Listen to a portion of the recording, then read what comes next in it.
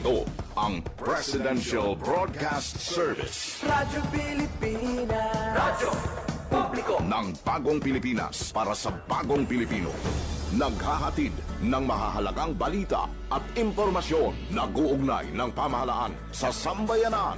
Tulay sa himpapawid ng serbisyo publiko. Radyo Pilipinas. Radyo Publiko, ang boses ng Pangulo.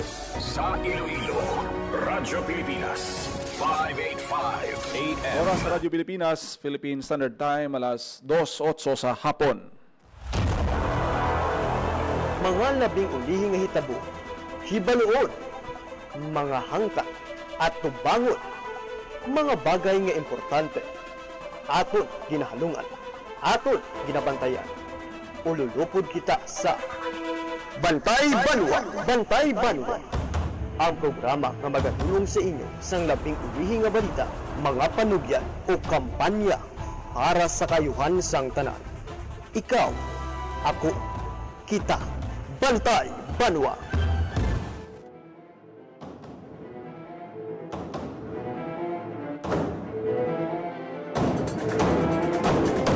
Mayong hapon Pilipinas, mayong hapon Western Visayas. Welcome sa programa Bantay Banwa.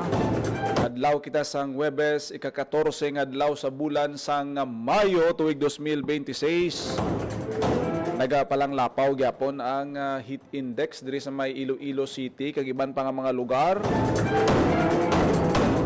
O hindi ka magwa sa imo sini nga puluyan kag kundiin man ikaw nga nahamtangan mo tungod sang tuman kainit nga tiyempo diri sa palibot sang syudad sang Iloilo. Subong hapon, madamo kita sa mga talalupang doon nga mga balita kung ano kainit sang aton nga panahon. Amo man na ang kainit sang pagbantay sang aton nga mga kauturan sa mga nagakahalanabo. Subong, alin pa sa nagligad daw, 3 na ni ka adlaw nga sunod-sunod nga pagmonitor naton sa nagakatabo dito sa may Senado. Damo gid kita sang updates halin kahapon kagabi nga may linok panay nga natabo. Pero subong daw nagtahaw-tahaw na. Amo na ang ginapasalamatan naton kasi na naghupa na ni kag ongoing naman ang investigation sini kay mismo si Presidente Ferdinand R. Marcos Jr. ang nagpasalig kag nagpangabay sa mga Pilipinong kalma lang, hindi magpadala-dala sa kakugmat, sa mabasahan mo da nga mga fake news. Ang importante nga ang mga concerned agencies, ang PNP, NBI, kag kung ano pa dira nga mga gin-assignan sa pag-imbestigar, nagasugod nati. Karon may mga development na. Actually, natumod na gani itong mga responsable sa pagpalupok. Importante nga wala sa may naigo. Ibudlay to karon kung may maiguan. Isang sinilang udto no nagpagwa sang statement ang aton sini nga NBI, National Bureau of Investigation, kay si Attorney Matibag kag si PNP Chief Nartates nga on top of the situation sila no sa piyak sang sining mga nagakahalanabo subong didto ya sa Senado. Ginklaro sang duha ka mga opisyal, wala giman niya isang order sila nga arestohon si Senator Bato de la Rosa kagabi. Bantayan naton ang mga dugang nga mga development sini sa pagmonitor naton sa nagakatabo sa Senado.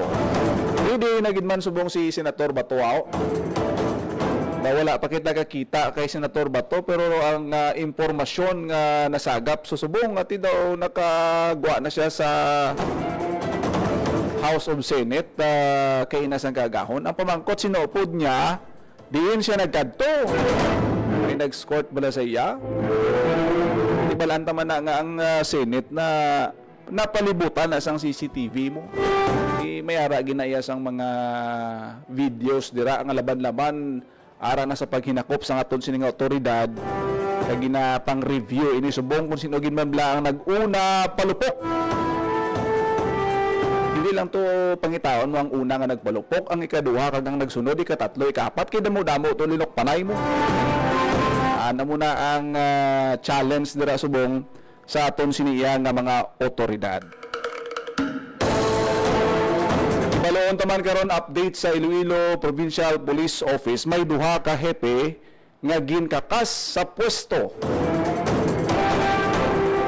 Gin-relieve sila. Ano ang mga rason sini mangin kaupod naton karon si IPPO spokesperson Lieutenant Colonel Arnel Solis. Kundi ini nga mga lugar kag sino ini nga mga hepe ang gin-relieve sa IPPO. Subong man heat-related incidents sa syudad sang Iloilo, ari na. Istoryahan ta bago lang ang heat index. Lapaw na sa 500 ka kaso sang heat-related nga mga incidents ang na-record sa Iloilo City. Hibaloon ta ni karon ang datos kung ano ni ang kalabanan diri sa sining 5 kagatos nga kaso sang heat-related incidents. Dahil sinoy ni sila ano nagkalatabo. Sini kay may mga record ini nga ton sini nga City Health Office. Di sa nagliligad to may mga traffic aids to sa nagliligad nga mga nabang biktima sa mga heat stroke. Mga ginresponderan sa aton sini nga City Disaster Risk Reduction Management Office. May consolidated ina nga mga numero ti sige-sige pa niyo ang pagsaka sa aton siniya nga temperatura subong kay wala pa sang senyales nga mag-ulan.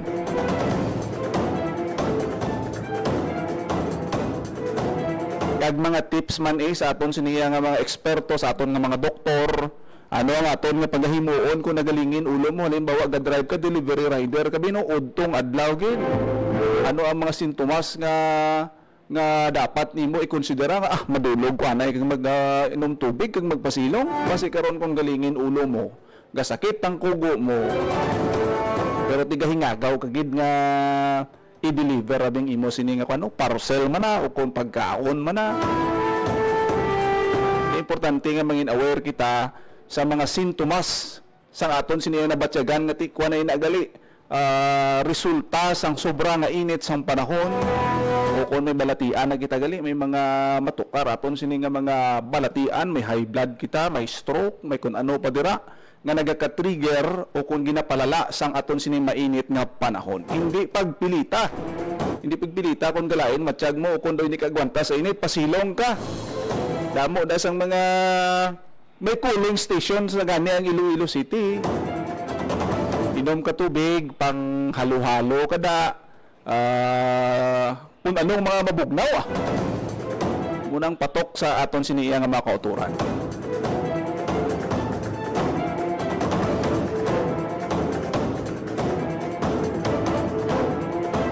Sa sininga mga tinion, kuhaon tanay ang report ni Marian Grace Ereñeta, 1,000 ka food packs gindala sa isa ka barangay sa Banwa, San Carles, Bocalayo. Sino ang mga benepisyaryo sini kag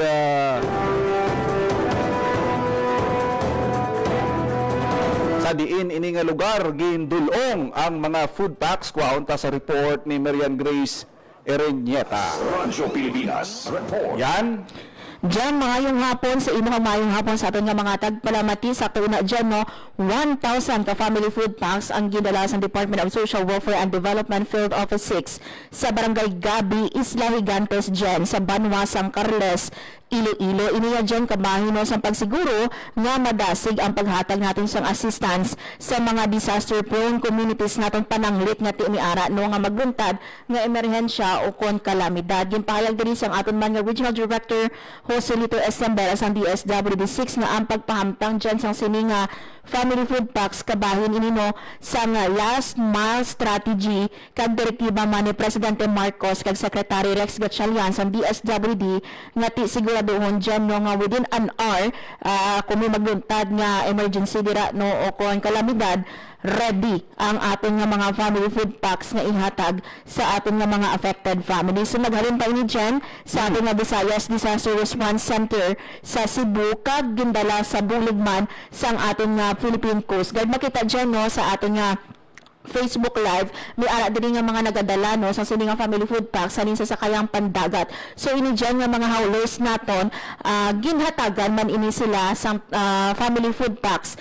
Pinaagi naman niya sa Cash for Work program. So hindi lang beneficiary naton ang isa ka barangay, but even no ang mga tanod sa mga howlers naton nga pumuluyo man sang sini nga barangay, kabahin man sang aton nga cash for work program. Hello, Isla Negoro yan. Yes. According sa ating original director, 3 to 4 hours dyan ang biyahe halin sa mainland sa Carles, padulong din sa Barangay Gabi sa Isla Gigantes, Carles. So imagine dyan, in case no nga may magluntad abi nga kalamidad, or for example may bagyo abi, kinahanglan pa nga magkuha sa family food packs 3 to 4 hours no sa mainland para idulong sa sini nga barangay. But because of this no nga may nakapreposisyon na dira, bigyan dala na nga 1,000 na food packs, mas madasig na lang kag syempre sa mga kalapit pagid sini nga mga isla dira man sa Carles. So, stock nila ini. Yan, halimbawa may mga bagyo, Yes.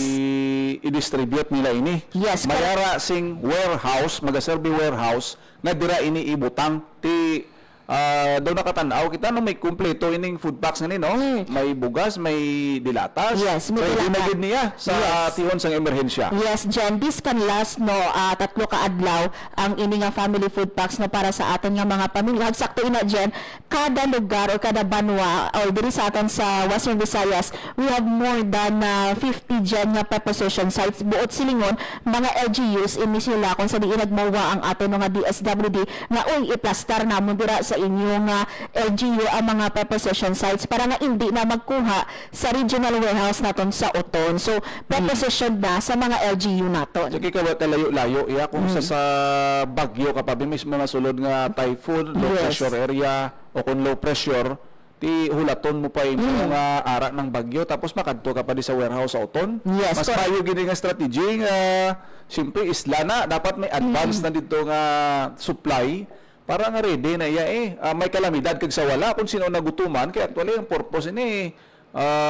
hindi lang man sa tiyon sang bagyo kundi kung may nagutuman na pwede gid ni ma-utilize kag damo-damo ni sa warehouse ang DSWD gusto nila nga i-decongest man Yes. hindi tama ka puno-puno bla Yes. ang warehouse ang DSWD. Yes, kung sa aton dyan, no, nga mga previews nga pag-monitor, mga 100,000 family food packs ini siya sa aton nga regional warehouse kag preposition site. So, ini dyan, no, gina-make sure sang aton ang bagani, no, sang aton regional director, this is to ensure nga ang bagani, kung may magluntang yung incident within an hour, makahatag dayon sang assistance. Mayara gani na yan naka-cover kita sini sa isa ka lugar. Ang ining daw rice nga ginabutang na sa karton, medyo matig-a na siya.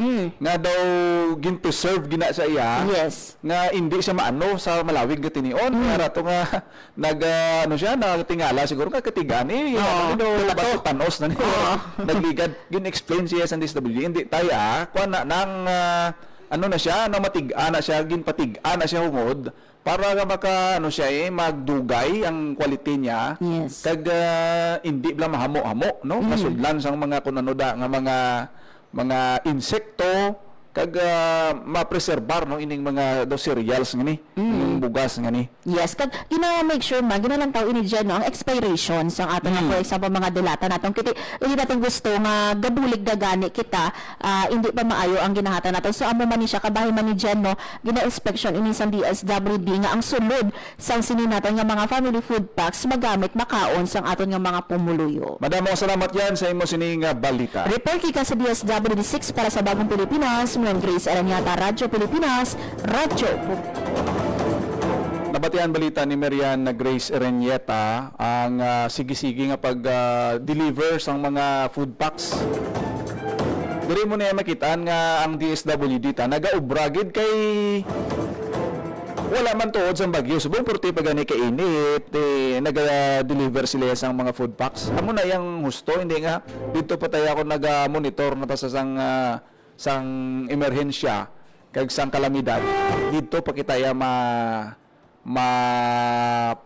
ubra magpanghakot. Kami na yan nga in place na black kumbaga ang ini nga mga food packs. Oras sa Radyo Pilipinas, Philippine Standard Time, alas 2:22 sa hapon. Ayon sa DSWD, kadto tanay sa mga heat-related incidents kay perti subong kaaringahot ka chimpo. Ibaloon ta kay ti kun ang dato subong sa City Health Office nagsaka sa 500 plus ang heat-related incidents, kaya ako mo 500 plus ginaistoryahan ta. Hindi na iya siling gamay nga numero. Ikaw magsigi-sigi pa niya sa bulan sang Mayo, way ta kabalo sa 500 plus nga nga gin-report, may mga na-hospital na di, may mga palayo lang nga may casualty. Tungod sang mainit nga panahon. Ibaloon ta sa detalye sang balita nagikan sa Iloilo City Hall ni Emero Santiago. Ems? Radyo Pilipinas, report. John, maayong hapon man sa mga tagpalamatisang Bantay Banwa. Wala sang casualty na na-record ang Iloilo City Health Office bangod sa sining nagapadayon nga mataas nga heat index nga na-record sa syudad. Ini ang ginathag ni Dr. Jennifer Castro, Assistant Department Head 2 sang Iloilo City Health Office, sa ginpatigayon kaina nga press conference. Wala man sang casualty nga na-record, pero ang pagtimbuok sang kaso sang heat-related incidents sa syudad subong nga una pa lang nga semana sang Mayo ang talalupang doon, no? So, base sa record sang City Health Office, halin Mayo 4, tubtob Mayo 8, actually, 4 pa lang ini kaadlaw, Oo. 575 na ang na-record, o kung 569 na ang na-record na heat-related incidents, no? Pang ang ilang pag athag diri, no? Lain-lain, abi ang aton nga ginatawag na heat-related incidents, no? Pinakamataas ang upper respiratory tract infection. Amo na ang may mga ubo, sipon, sore throat, or tanan nga sahi sa infection sa upper respiratory tract. Ini ang pinakamadamo sa record nga 246. Ang sunod, ang high blood o kon hypertension nga ara sa 117. Madamo man ang na-record nga pneumonia, 71. 43 ang skin diseases. Oo.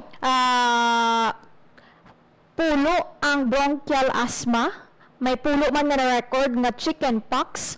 6 ang acute gastroenteritis, kag 6 man ang dengue.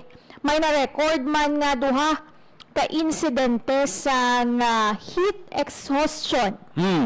Pero mo na, no, wala sang na-record nga casualty. Ang papatag diri ni Doc Castro sa City Health Office, bangod ko no sa mainit nga panahon kag mataas nga heat index, tam-an ka bala ang palibot, madamo sa nagatuhaw nga mga yabok, kag madasig nga mag-develop ang bakterya. Gani madamo ang nagaubo, nagasipon, naga-sore throat, ang naka-record sang respiratory tract infection. Amoy na nga ang pagpaandam sang City Health Office sa publiko nga kung mahimo, likawan ang pagwa sa ilang nga panimalay, especially sa mga oras halin alas 10 sang aga, tubtob alas 3 sang hapon. Importante man nga regular sila nga mag-hydrate agod mabuslan ang mga electrolytes sa sulod sa hapon nga lawas. So, lakip sa mga programa dyan sa Iloilo City Government, ang paglibot sa mga barangay health workers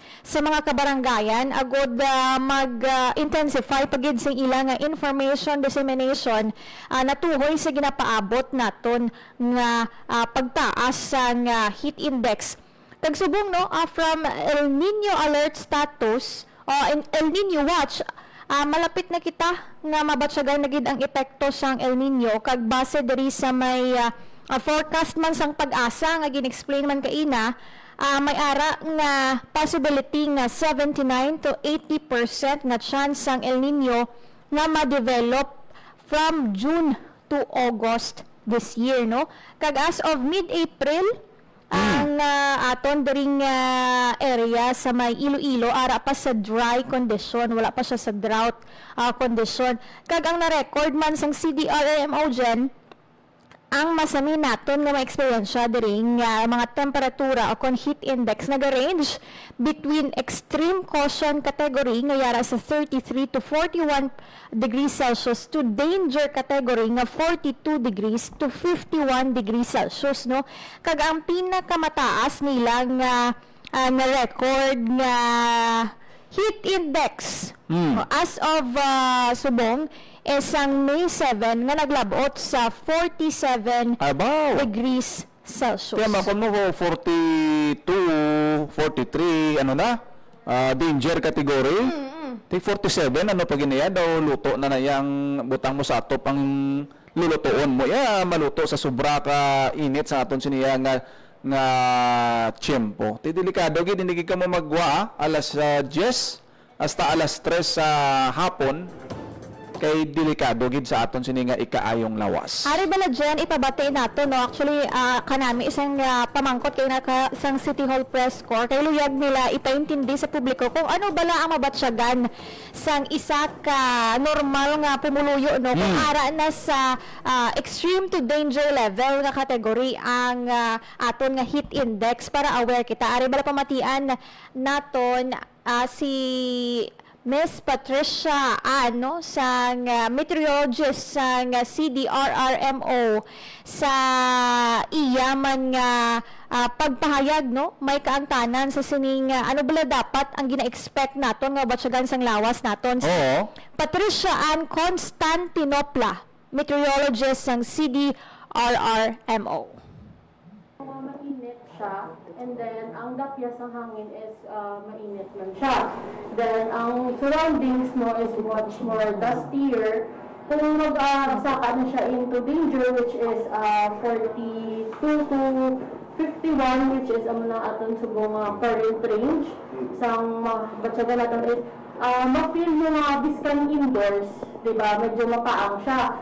And then ang palibot is daw kung maano mo is much more taas ang daw dust components. And then from time to time is ma-aid mo siya sa ating air quality, which is much more kung mag-ulan, magutsagan mo nga ang smell sa soil natin is nag-usbo.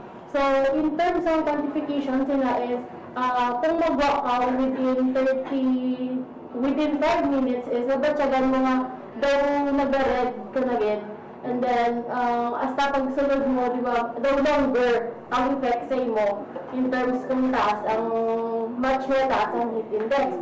For the possibility naman sa pag-peak yet again in terms nga mag-onset sa El Nino is kung shorter period nga ang sagwa is hindi mo siya gets mambay nga makayanan mo kay medyo taas na din siya maka-produce nila sa heat stress or possible nga basic malipong or whatsoever. Pero that's more on the side sa CHO kasi sila na mga quantify. Pero in terms of Batian ang kabahin sang pagpahayag ni Patricia Ann Constantinopla, meteorologist sa CDRMO. Good like isa kung abi mo wala normal ang imo na batyagan tapos ka batyag ka lingin ulo, panlakit lawas mo, nahapo ka, mas din ka daw normal ang niguro. Kaya first time mo nga ano mo nga nabatyagan sa kung na-expose ka sa init. Mabudlay dati kung malala nagaling sitwasyon mo ka ginauro agwanta mo lang. Wala ka pa nag-ubra sang imo, nagainom sa imong maintenance. Delikado, mabutang gid sa kompromiso ang imo sini nga ikaayong lawas. Hindi mo niya pag-underestimate subong ang init. Ay posible gid nga malain ang imo sini nga dangatan kung hindi mo pagsundon ang mga advisories sa aton sini mga eksperto, sa aton sini mga doktor, City Health Office sa subong yang panyempo. And idugang ko man dyan, no, aside sa pagbantay sa heat-related incident sa Iloilo City Health Office, ginabantayan man subong sa Iloilo City Government, especially ang mga kabaranggayan naton nga highly vulnerable sa padayon nga pag-init kag ang posibilidad nga maka-experience sila sa water shortage. Sunod kay Engineer Neil Ravena, Head sang General Services Office kag Executive Director sang Crisis Management Council sang Iloilo City, by 25 ka barangay ang under close monitoring karon sang Iloilo City Government kay base sa City Disaster Risk Assessment o konsidra sila ni nga mga kabaranggayan ang lubos nga maapektuhan kung ginakulang na kita sang tubig. So as of this time, ginapaidalom sila sa assessment, ginaisa-isa ang ilang nga mga water sources, Oo. ang ilang nga mga bubon kung bala ara pa sa normal level or may ara pa sila sa nga supply kayang ila diha ginatan-aw dyan, no? Ang isa ka bubon or shallow well, pila bala ka mga kabarangayan or pila bala ka mga balay ang nagakuha dira sang ilang nga water source. Kay kada isa, no, kada individual ang aton nga regular nga consumption rate sang tubig is yara sa 15 liters per day kada tawo. So dapat enough ang water supply sa bubon sa mga kadamuon sang mga tawo or household members nga nagakuha dira. Kaya kung kaisang isa ka bubon, pila na ka mga pamilya ang share. So amo na ang ginabantayan, pero so far ara pa man sa normal levels. Although nga may nakita na sila nga pagnubo sa water source, pero ara pa sa normal levels. Tika ba pa mag-ulan na sa dasod nga mga sinimana kaya mo lang nang ginapangamuyo sa mga kuturan. Ta kung tama gani kay init ka tiyempo, mga muyo na sang ulan. Kung tama naman ka ulan, reklamo naman, siling naman ta nga daw ka permi lang gabaha. Realidad na naya subong sa may Iloilo City. Ang ato lang diya nga hindi gusto matabo nga magka-krisis sa tubig. Ay sa nagdigad, grabe ang sag-ubanay, dulunganay, rasyonanay sang tubig sa mga kabaranggayan. Ting ibandaan na ya, gainom pa na ya sa mga deep well, bomba, ang kaso sang AGE na mention mo kagina, isa sa mga heat-related incidents kang mga pamalatian Ay, nga nakuha. anom ka Bauti kabay pa nga comply kita, pabukalin nyo lang da ang tubig nyo bala para safe sa aton sini nga makuturan, especially kung may mga kabataan kamo. Madamo nga salamat sa imo sini nga mga balita nagikan sa Iloilo City Hall. Para sa Bagong Pilipinas, Emero Santiagudo, Radyo Pilipinas, Radyo Publiko. Nabatihan balita ni Emero Santiagudo nagikan sa Iloilo City Hall pagpaandam sang City Health Office sa sige-sige nga pagtaas ang heat-related incidents sa Iloilo City. 569 ang na-record na kaso. Sige-sige pang subong ang init From May 4 to 8, imagine pila lang nakadlaw na datos May 4 to 8. Sobra 500 ang kaso. Wala pa malakip dira ang subong. May 11, tiyang heat index galabot sa 47, no? Hamakod mo na. Danger category is 43 degrees Celsius ang kainiton. Galabot kayo mo sa 47. Agwanta wala na sang imulawas. Dapat siya gani ang mga hubin pa, ang mga immunocompromised senior citizens kung may mga masakit maintenance pa. Hindi, gig mo, likaw-likaw, gig mo. Dalagi ka mo sang payong, kag magano na lang ka mo puro pabugnaw kadto sa mall kag magpa-aircon da. Kay pinaka-importante gid nga ang inyo ikayong lawas ma-maintain, hindi mabutang sa kompromiso.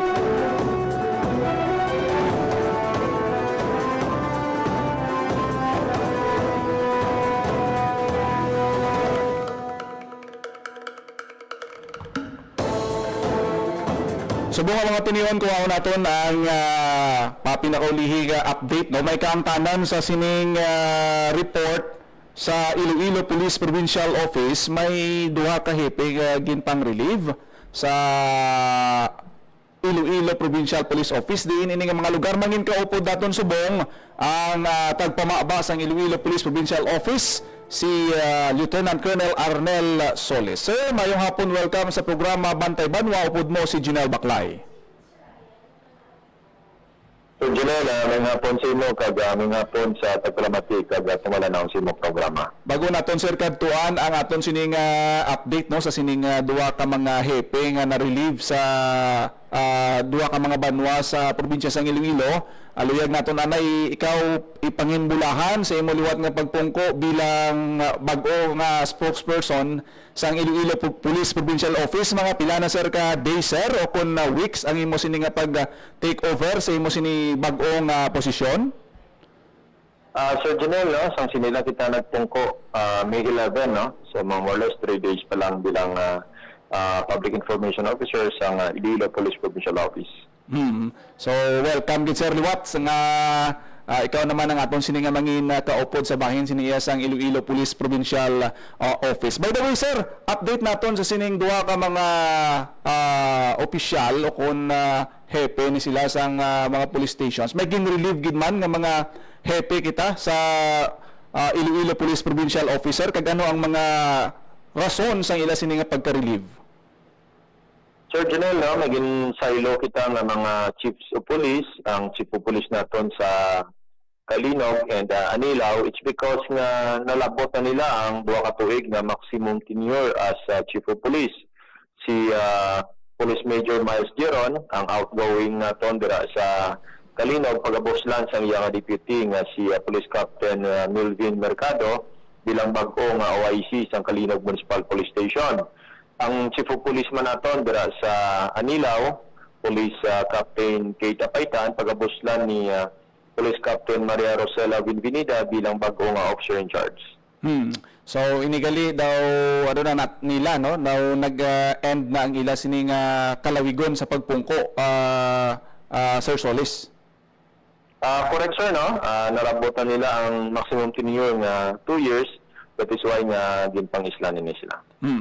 Kadto kita sir sa sining issue naton sa national nga bahin, luyag naton mahibaluan diri man iya sa Iloilo Police Provincial Office didto sa may Senate naton ti siyempre full force dito aton nga kapulisan sa pagbantay. Ang counterpart naton diri sa local may mga nagapanawagan man sang pagtililipohon o kon rally o kung ano pa nga mga movements. Ano ang monitoring naton sir kag kumusta ang aton siniya nga alert status diri sa may probinsya sang Iloilo? So far, no, naka-full alert status kita effective last night, directive halin sa National Headquarters. And so far, based sa aton monitoring, wala man kita may na-monitor nga any groups or individual nga nag-form para mag-conduct sa gathering or any assemblies. So ano ang direktiba sa aton sining IPPO director, sa aton sining mga station commanders as of now sir sa pagmonitor man naton sa mga sitwasyon, although nga malayo-layo kita dito sa Metro Manila kag diri sa Visayas kag sa probinsya sa Iloilo, matutawhay naton anong standing order sa aton siniya nga IPPO director pagi kay Colonel Razalan sa tanan nga mga station commander? Ang directive sa aton provincial director sa aton mga unit commanders nga padayonon ang aton proactive crime prevention efforts, no. It's because nga dapat biskan wala kita sang may na monitor, dapat ma-ensure naton nga peaceful and orderly ang probinsya sa Iloilo. And of course para man sa benefit sa tagsa-tagsa kung malinong kag matawhay ang aton area of responsibility. Madamo nga salamat sir ang imo sining mensahe sa aton sining mga tagpalamati kag subuman sa mga pumuluyo sang probinsya sang Iloilo, Sir Solis. Sir Janelle, rest assured nga ara always ang inyong mga kapulisan nga magpaluntad sang kalinong kagatawhay sa mga komunidad diri sa Iloilo Province. And of course, gapangayo kita always ang suporta sa aton nga mga kauturan kung sa diyon may nakita sila nga suspicious individual activities. Pwede gid nila ini itawag sa aton nga mga hotline numbers or i-report sa any nearest police station para matagaan naton sa aksyon. Madamo nga salamat Lieutenant Colonel Arnel Solis sa imo sini nga tayo maginhatag diri sa Bantay Banwa sir. Salamat gid. Good afternoon. Thank you sir, ngayong hapon. Nabatihan si Lieutenant Colonel Arnel Solis sang IPPO spokesperson, nagbulos kay Lieutenant Colonel Rolando Aranyo. Pero man sa una si Sir Solis sa IPPO, nagkadto sa sa PIO 6 sa mobile group, kagbalik naman sa IPPO.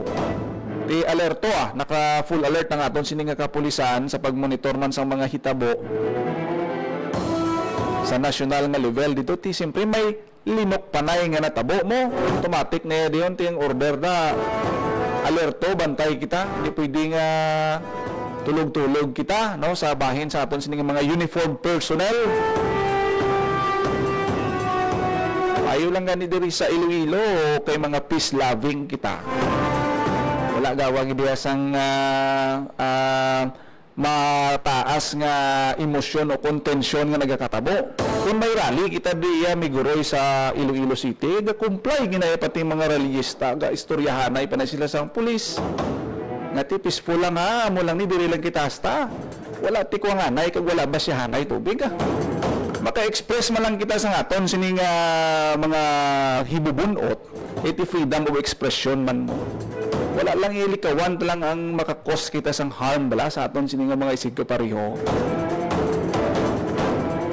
Mayo lagadi kay linok panay lang ang natabo. Ibudlay daan miguroy magpalupok dito sa may Senate kagabi no? Kay grabe ka bantay ta ang tutok sa aton sini nga mga kauturan, grabe ang tutok dito sa natabo kagabi. Tigi na investigaran karon damo na nagkaroon mga follow-ups and updates sa sining mga sa likod sang mga nagpalupok dito sa Senado. Kagagi na investigaran na ni kay i-play naton bala.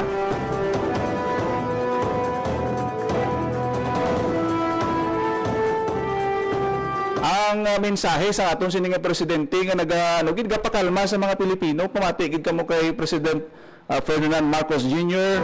Iti siya ni aton sini Commander-in-Chief. Siya ang ara sa ibabaw nagmando sa aton sini kapulisan NBI na imbestigaran ni kag sa mga Pilipino. Kalma kamo kalmahi suno kay President Marcos, kalma bala. Hindi magpakulba kay ginausisa na ang mga sa likod sa sining mga insidente.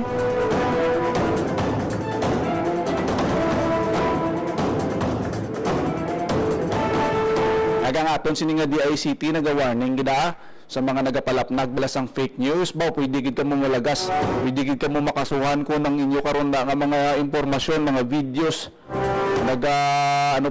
nagatugas ang kakugmat pamahog kag kakulba sa aton sining mga kauturan. Hindi gid kamo da kay ang aton sining cybercrime security sang PNP kag sang DICT gina-monitor gid subong ang mga content sa mga videos mga gina-post sa social media. Alert gid kamo da, hindi kamo da magpagwa sa mga fake news. Ipabati ta ang mensahe ni Presidente Ferdinand R. Marcos Jr. para nga tikon sige-sige naton ini nga ginabalayag mabatyagan sang pumuluyo ta kag mahangpan nila ang sitwasyon na ginatingwaan sa aton sini nga mga nagkalain-lain nga mga ahensya sa aton nga mga law enforcement nga masulbar sa matawhay nga pamaagi ang ining mga tensyon nga nagluntad kagabi. Si President Ferdinand R. Marcos Jr. Wala pong instruction kahit na kanino na hulihin si Senator Bato. At ang nangyari, ang NBI, sinabihan ko nung lumabas yung resolution ng Supreme Court, mga alas 4 yung kaninang hapon, ay sinabi ko, umalis na kayo dyan. Nag-comply naman sila. Kaya nung kausap ko si Director Matibag, sabi niya walang NBI doon, nandito lahat kami sa opisina. At ayun po, ay dahil kong mapaalam na sa lahat ng ating mga kababayan, itong pangyayari na ito, ay tayo maging kalma lang po. Nakausap ko na si Senate President Alan Cayetano at nag-agree kami. We agree that the thing to do now is to tell our people all to calm down. And we will get to the bottom of this. Alamin natin kung sino ang gumawa nitong gulo na ito. Nabatian si President Ferdinand R. Marcos Jr. sa iyaman siniya nga mensahe, no? Magkalma kita kag hindi magpadala-dala sa aton sini nga emosyon sa mga tensyon nga naglunta didto.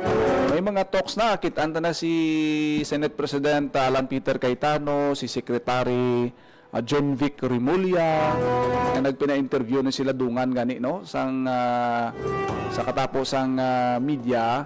Ang gina-appreciate gid naton ang full coverage gid ya sa aton katapos ang media, kay blow by blow kitaan mo gid ang nagakatabo real time. May mga risgo lang gid gawa kisa kiti wala mo ginalauman nga may maglinupok bala, mayo lang ay wala sang napiskan na. Siguro ba si pababaw ang lupok Iti karon kun medyo horizontal to karon ang armas karon sa pagpalupok mo, warning shot man ina o kun hindi, We will get to the delikado ina, no? Gina-investigaran na sang aton siniya nga kapulisan, NBI, pero gin-deny sang NBI kag sang Philippine National Police nga mayara sing plano nga arestohon si Senator Bato de la Rosa kahapon. Wala sang order suno kay Attorney Matibag sang NBI kag ni PNP Chief Nartates, wala sang mando nga dakpon si Senator Bato de la Rosa. Klaro ina katama kag gin-confirmar ina sa aton sini nga presidente. Bantayan naton ang dugang pa nga mga development sa siniya nga mga hitabo kay nakita naton ang soko sa Philippine National Police adto didto nagpangmarka sang mga ebidensya. May mga igo sang bala, may mga basiyo sang bala nga na-recover. May natumod na ganito nga driver sang NBI allegedly So si Saon ina karon may mga updates ina. Kung ano ang nag-cause nga nagpalupok siya basi kung nakibot lang siya. Especially nga gin off kuno ano mo, may napatay gid man kagabi ang mga suga sa Senado. Nagkalapatay may order nga i-off. Kaya amo mo lang to nagkalamatay ang mga suga. Siguro madulom ang sitwasyon. Posible nga nakibot ka lang may naglagpok sa tupad mo. Payo lang gani kay pag palupok wala sang target sa atubang. Amo na ang napasalamatan naton. Ibantayan ta kay nagadalagan naman subong ang aton nga mga ahensya sa pag-imbestigar sang sini nga insidente. Importante may investigasyon, may ara sing pagpangita sang ebidensya para na ma-formulate kag matumod kung ano gid man ang nangin rason sini. Hoy, kadamo gid sang mga sang mga senaryo subong sa Senado. Tigindulong lang to kahapon ng ang articles of impeachment batok kay Vice President Sara Duterte. Tapos may tension nga natabo. Ang pamangkot diin si Senator Bato de la Rosa. Nadamo ga pangita kay Senator Bato. Diin ang Bato. Kay tanawon ta na karon kung may mga CCTV footage. Kay hindi ta bala magpati nga amuna ka busy ang House of Senate na iya, sentro na iya sang panggobyerno, ang mga hearings ng Senador Tarada. Kompleto na sa CCTV. May ara ginada sang mga impormasyon nga makabulig tudlo nga makagiya sa investigasyon sa aton sini nga mga otoridad.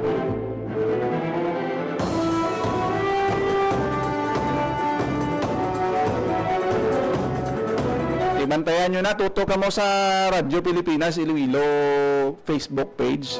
Kaya aradang mga official statements sa aton sining mga opisyal. From time to time, ang aton sining presidente nagahatag sang video message. Ang Presidential Communication Office kay ina mga 2 hours ago siguro may statement man si Yusek Claire Castro. Si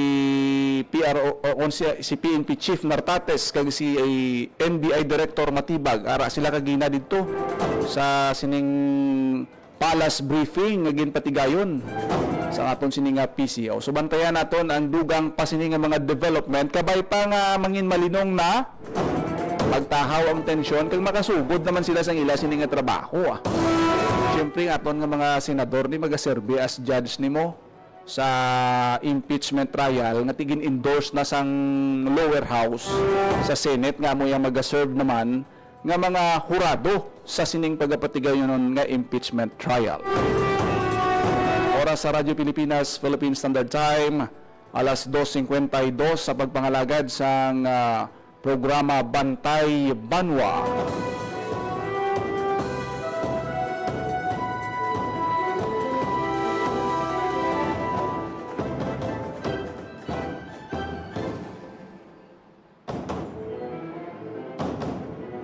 Ang dugang pa nga mga updates sini karon bantayan sa iban pa naton nga mga programa diri sa Radyo Pilipinas.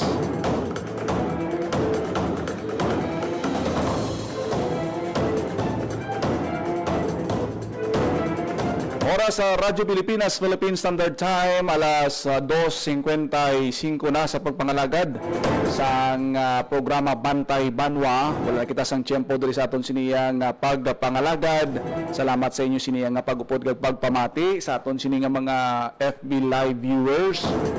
Tutok lang kamo sa aton siniyang mga iban pa nga mga programa diri sa Radyo Pilipinas, Iloilo. Sa ngalan ni Paul Tarosa, ang inyo alagad, Junel Baclay. Mayong hapon, Pilipinas. God bless, Iloilo.